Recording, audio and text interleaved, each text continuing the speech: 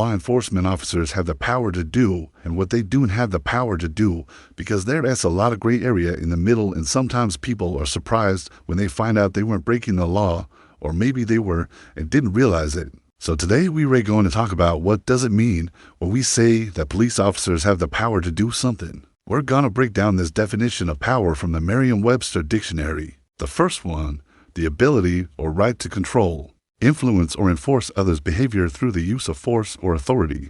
Okay, so let's take each one of these definitions and see how they apply to law enforcement. The first one, the ability or right to control, influence or enforce others' behavior through the use of force or authority. So in this first part here, ability or right to control, influence or enforce. Now remember, the whole foundation of law enforcement is based on consent of the governed. You know, we derive our power from the government, which derives its power from the people. So the very people who grant us the power to be law enforcement also grant us no power outside of what is given by law. In other words, we only have the power to do those things that the laws of our state, our local ordinances, and the Constitution gives us the ability to do.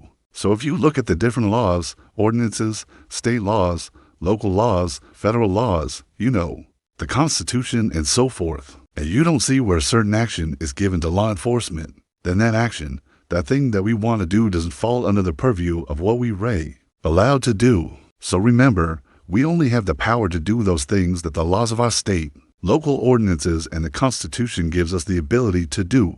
We cannot do just anything that we want. We have to do what the law says we can do. Now that being said, there are some inherent powers that come with law enforcement. And one of those inherent powers comes from the fact that we have the power of the state behind us. And so one of those areas is the area of administrative searches. Now, what I mean by that is if we were conducting a Terry stop or a traffic stop or something like that, and the person consents to us searching the vehicle or searching their person, well, guess what? They don't have the power to undo the consent once we start the search, okay?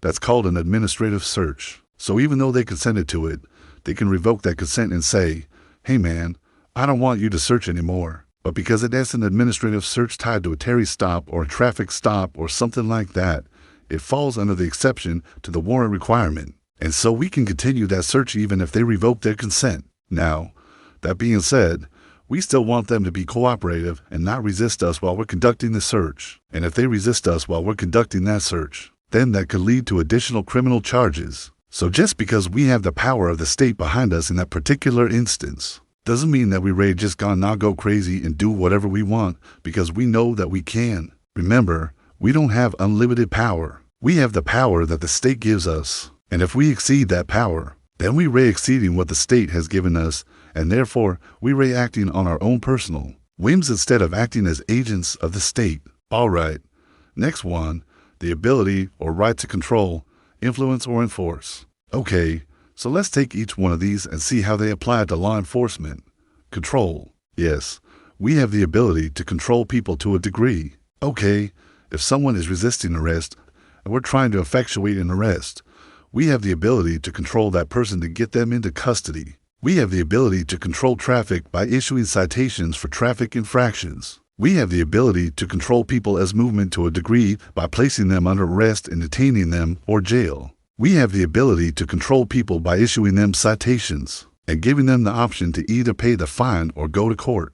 So yes, we have the ability to control people, but that control is limited to what the law allows us to do. Again, we're agents of the state. The state has granted us the ability to exercise that level of control over people, and that is how we have the ability to control people. Influence. Yes, we can influence people. When we make presentations at different schools and we're talking to kids, and we're trying to influence them to stay away from drugs and to make good decisions in life, and to respect law enforcement and to make good choices, well, that's exactly what we're doing. We're trying to influence their decision-making process by making a presentation, telling them the consequences of their actions, telling them the benefits of making good decisions. We can influence people by the way that we treat them. If we treat people with respect, then they'll more than likely be more inclined to respect us and be more willing to listen to what we raise saying and follow the law. And then lastly, enforce. Yes, we have the ability to enforce the laws of our state, the ordinances of our local jurisdiction, and the laws of the United States. We enforce those laws by investigating crimes, by arresting people, by issuing them citations.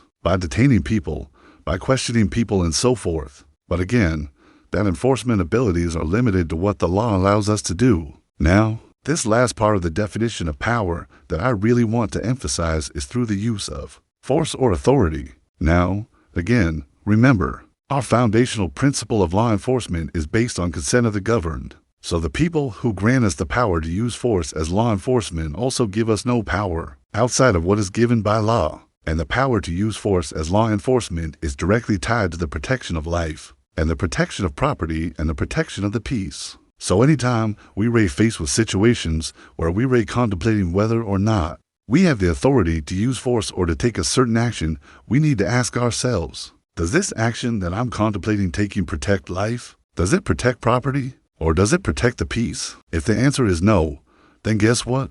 The power that we're contemplating exercising is not within the scope of our authority as law enforcement, and therefore, we should not do it. Another thing to consider is that we are expected to use the minimum amount of force necessary to accomplish the objective. So we shouldn't be using excessive force, okay? We shouldn't be using any force if we can accomplish the objective without using force. And we should always be asking ourselves, is the force that I'm about to use, the force that I'm currently using, the least amount of force necessary to accomplish the objective? If the answer to that question is no, then again, we're not using our authority as law enforcement. We are using our own personal whims and desires, and we are exceeding what the state has given us the power to do, and therefore we are acting outside the scope of our authority. And lastly, I want to remind you all that as law enforcement officers, we're expected to be free from bias and prejudice. So if we are making decisions based on bias and prejudice, instead of making decisions based on the facts and circumstances surrounding a situation, then we're not using our authority as law enforcement. We are using our personal biases and prejudices, and therefore we are acting outside the scope of our authority. So that is a brief breakdown of what does it mean when we say police officers have the power to do something. It's a very broad topic, and we could get into a lot of specifics and details. We could talk about qualified immunity and so forth, but I wanted to do a very high-level overview and just tell you that anytime you are contemplating whether or not you have the power to do something as a law enforcement officer, just remember the foundational principles upon which law enforcement is built.